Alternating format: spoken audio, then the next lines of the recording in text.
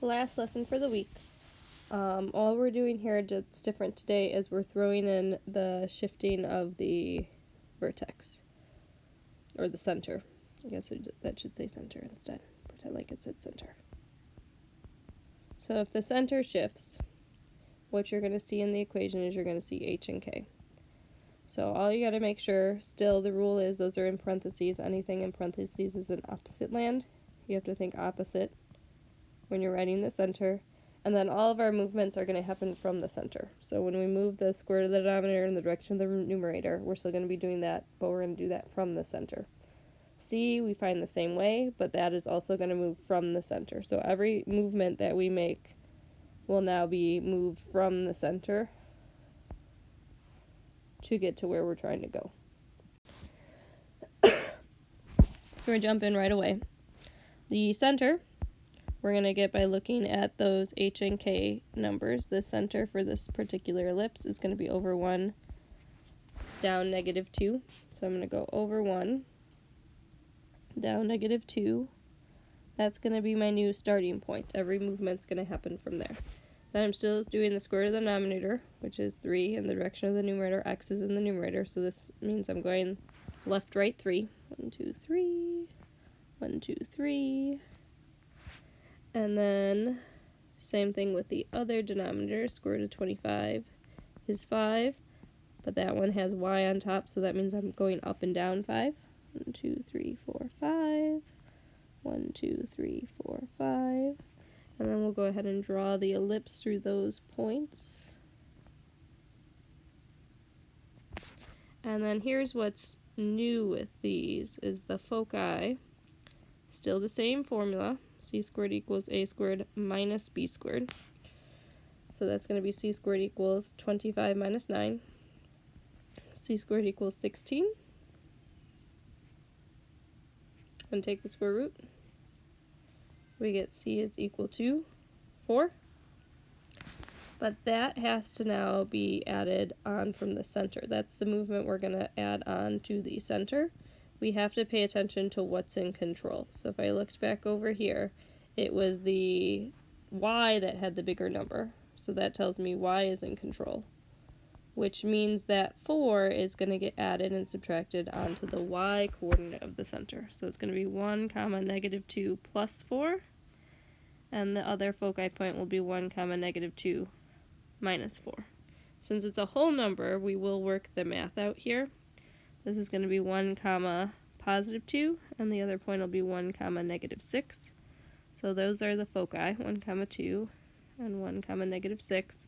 And if I graph those, over 1 up 2, over 1 down -6, those end up inside of the ellipse on the vertical axis, same distance from the center, same distance from the foci. So that's how you can check to make sure that they are correct. Let's try another one. In this one, the center is -3, 0. So we're over -3 up 0. And then we're going to move the square root of the denominator, which is 4, in the direction of the numerator that has x. So that's our left-right changer. Left, 4, right, 4.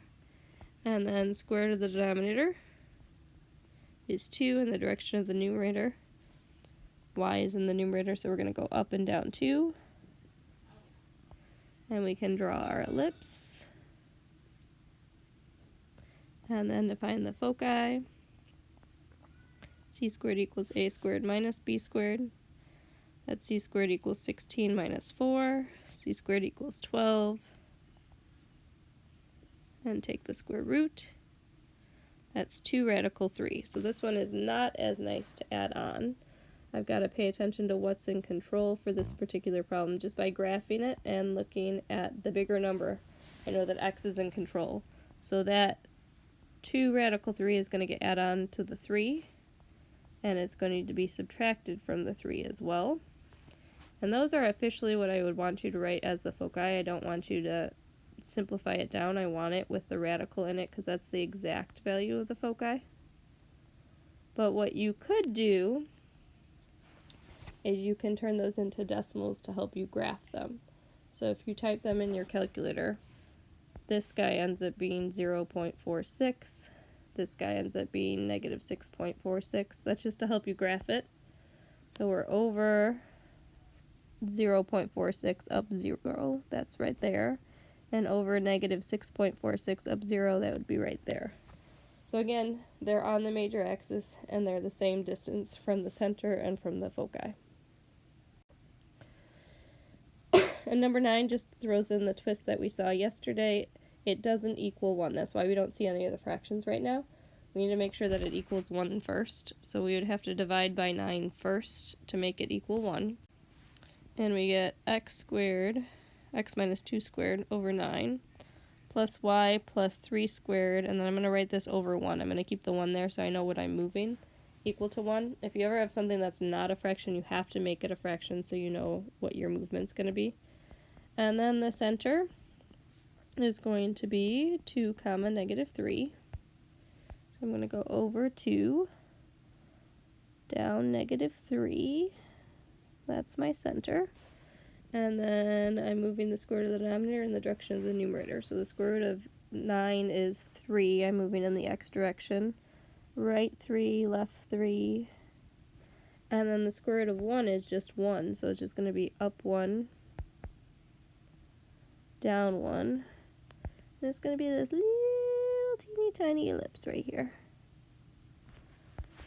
And then to find the foci, we're going to do c squared equals a minus b, 9 minus 1, a squared minus b squared. We get 8, and take the square root. We get 2 radical 2. And then you have to think about where to add that onto. To find the foci, you need to make sure you're adding it onto what's in control. In this one, x is in control. So that's going to get added onto the 2. So it's going to be 2 plus 2 radical 2, comma negative 3. The y will stay exactly the same. And then it'll be 2 minus 2 radical 2, comma negative 3. And just to help you graph it, if you type those in the calculator, this guy's 4.8. This guy's negative 0.8. So we're over negative 0.8, down negative 3, and over 4.8, down negative 3. They end up where they're supposed to. That's all I'm checking when I graph them, to make sure they end up where they're supposed to. It just double checks my work. Alright, number 1 is the one that's not as fun. We saw these when we did parabolas, though. These do not have the parentheses, they do not have fractions, so we're going to have to complete the square here first. So, the first thing I'm going to do is I'm going to put the x's together, and then I'm going to put the y's together, and then the extra number I'm going to kick over to the other side, so that negative 11 is going to become positive 11 on that side. Then we're going to start to look at these groups. So we got this group of stuff going on here, and we got this group of stuff going on here. You cannot complete the square when there's still a number in front of it, so I'm going to pull the 9 out first. And then after I pull the 9 up, I can start to set up to complete the square. Same thing in the second group, is I've got to pull the 4 out first, and then that's x squared, or y squared plus 4y plus blank. We can complete the square once we separate those. And then the other side is going to be equal to 11 plus blank plus blank. Whatever we end up adding on the left side, we're going to have to add the same number on the right side. So quick review in case you forgot. To complete the square, you have to do b divided by 2 squared. So for the blue part, it's going to be negative 2 divided by 2 squared, which is just 1. But I've got to be careful about what I go to add on the other side. That 1 is being multiplied by 9, so the 1 that I add on here also has to get multiplied by 9. And then for the purple part, if I do 4 divided by 2 squared, that's 2 squared, which is just 4. But again, that 4 is being multiplied by this 4, so on this side I'm adding 4 times 4. So then to simplify it down, we have 9 times, this breaks down into a perfect square trinomial, x minus 1 squared, plus 4 times, this is y plus 2 squared, equal to, that is 11 plus 9 plus 16, which ends up being 36. And then your last step is we do want to make this equal to 1 to get it into the standard form of a ellipse. So this is x minus 1 squared over 4 plus y plus 2 squared over 9 equals 1. And then I would want you to graph it from there. So the center would be over 1 down negative 2.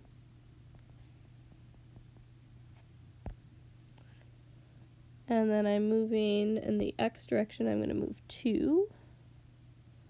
And in the y direction, I'm going to move 3. And then I will draw my ellipse. And to find the foci, it's going to be c squared equals 9 minus 4. So c squared equals 5. And take the square root, I get c is equal to the square root of 5. And if I look back at the simplified equation, the y has the bigger number, so that's where my c has to go. So it's going to be 1 comma negative 2 plus radical 5, and 1 comma negative 2 minus radical 5. And this guy ends up being 0.2 on the calculator, and this one ends up being negative 4.2 on the calculator. So it's over 1 up 0.2, which is right in there, and over 1 down negative 4.2, which is right in there. Okay? So these are similar to the equation ones we saw yesterday, but the difference is we don't know what the center is. So that's our first step. The center is always the midpoint of the vertices, or the foci. So they're going to give you one of those, and you should be able to find the center using that information. So looking at this first example, those are the vertices. To find the center, I just need to do the midpoint formula. So that's x plus x divided by 2, comma, y plus y divided by 2. And if you simplify that, you should get 4, comma, 2 as the center. It's also the thing that's smack dab in front of those 2 points, or in between those 2 points. So then the other thing I need to know is what's in control. Well, if you pay attention to everything that's changing here, those are all the x values that are changing. So x is in control. And then I need to find A, and I need to find B. So A, remember, is the distance to go from the center to the vertex. So if I look at the change that's happening there, that tells me A is 4. Which means a squared is 16. And then the other piece of information they gave me is the minor axis has a length of 6, so that tells me 2b equals 6, which means b equals 3, which means b squared is 9. So then I need to put all this together. The first thing I want to do is I have the center, so I need to make sure I put that in. That's going to be x minus 4 squared over something plus y minus 2 squared over something equals 1. That has to go in for h and k. And then paying attention to what's in control. Since x is in control, it's going to get the bigger number. It gets the 16. And then the y is going to get the 9 underneath it. So that'll be your equation. All right, number 2, they actually do tell you the center already, so I can actually jump in right away and say I know my equation is going to be x minus 1 squared over something plus y minus 3 squared over something equals 1. And then they gave you a vertex, and they gave you the minor axis. So the minor axis I know is going to give me b. I can do 2b equals 4, so b is going to equal 2, which means b squared is 4. But then I have to pay attention to the vertex and the center to help me decide what's in control. It's the x that's changing, and what a would be. A is moving from 1 to negative 2, so if I subtract those, that means a is 3, which means a squared is going to be 9. And it does also tell me that the x is in control, because that's the number that's changing. So the bigger number, which is 9, is going to end up under the x, and the smaller number 4 will end up under the y, and this will be my equation for this example. The last one, once the standard form of the equation, they're giving you the foci. So neither of these is the center. we have to do the midpoint formula to find the center. We're using those, and the midpoint formula, that's 2 plus 2 over 2, and then y plus y over 2. It's just averaging those points. So this is going to be 2 comma negative 3. So that will be my center. The foci will not tell you A or B here. We've got to do a little bit more math to figure out. The foci is going to tell you C. So I know since the foci are, the y part is changing, that tells me right away y is in control. I just need to know how much it's changing by to figure out what C is. Those are 4 away, so C is going to be 4. And then it told me the major axis, so this time it did tell me at least A as well. 2A equals 10, so A is equal to 5. And then I've got to plug that into the foci formula. C squared equals A squared minus B squared to figure out what excuse me, B is. This is 16 equals 25 minus B squared. Negative B squared equals negative 9. B squared equals 9. And then we just have to put everything together into the equation. So it's going to be x minus 2 squared on the top plus y plus 3 squared on the top equals 1. I usually do all the tops together first. And now this one, y was in control, so it's going to get the bigger number, which would be a. A squared is really 25, so 25 would go there. And then we got b was 9. It goes under the one that's not in control, and that would be your equation. Okay? So I think I have one problem for you to try on Class Kick today. It's one of the complete the square problems. I just want to see how you would do with them. And then unfortunately you do have a little bit of homework over the weekend. It is to finish up the 10.3 homework assignment.